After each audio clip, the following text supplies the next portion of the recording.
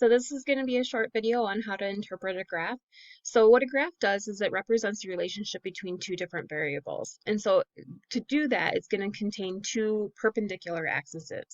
Okay, so parallel, perpendicular. So one's going to go straight, like horizontal, and that's called the x-axis. The other one's going to go vertical, and that's called the y-axis. So we're going to use a couple examples. In the following graph, we're going to be able to see that, get me out of the way, the volume we're going to be able to measure the volume of a gas in a balloon and how it's plotted against temperature. So the y-axis, or the one going straight up and down, is going to represent the volume in liters of the gas in the balloon, where the x-axis is going to represent the temperature in degrees Celsius of the gas. And also the title of the graph is going to indicate the volume of the balloon was measured at different temperatures. So it's kind of like the summary of what the graph is actually about and why you're doing it.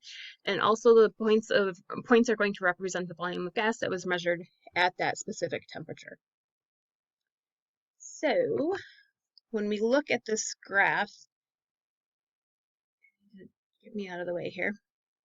The line on the graph, which is this dotted line here, okay, that is going to indicate the direct relationship that the volume of the gas in the balloon is directly related to the increase in temperature. So the warmer it gets, the larger the volume gets in the balloon. Okay, so we can use this to determine if the gas volumes at various temperatures. And so how to read this? If I say, what is the gas volume at 20 degrees Celsius? What you would do is you would look at the x-axis and you see that that one's the one that's labeled 20 degrees Celsius. So you'd look at 20 degrees Celsius, you'd follow that up to where it intersects, and you can see that there's a red dotted line, or red dot there. And then you'd go over to the y-axis and see that it would be 24. And so 24 again is labeled volumes in per liter. Okay, the volume in liters. And so at 20 degrees Celsius, we can have 24 liters of volume.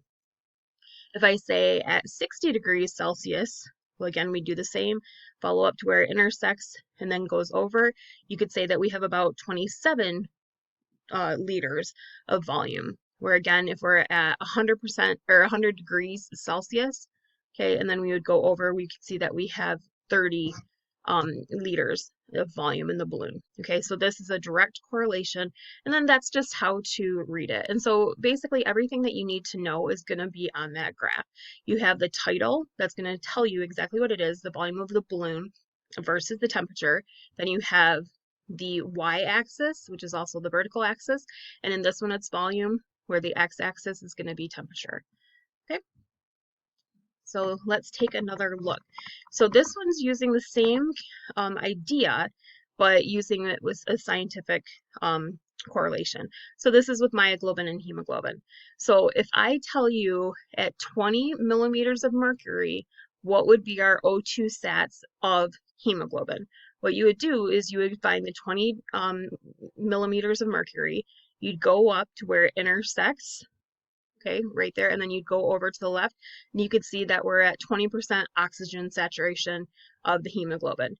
Now, in relation to that and myoglobin, as you know, myoglobin has a much more high affinity for oxygen.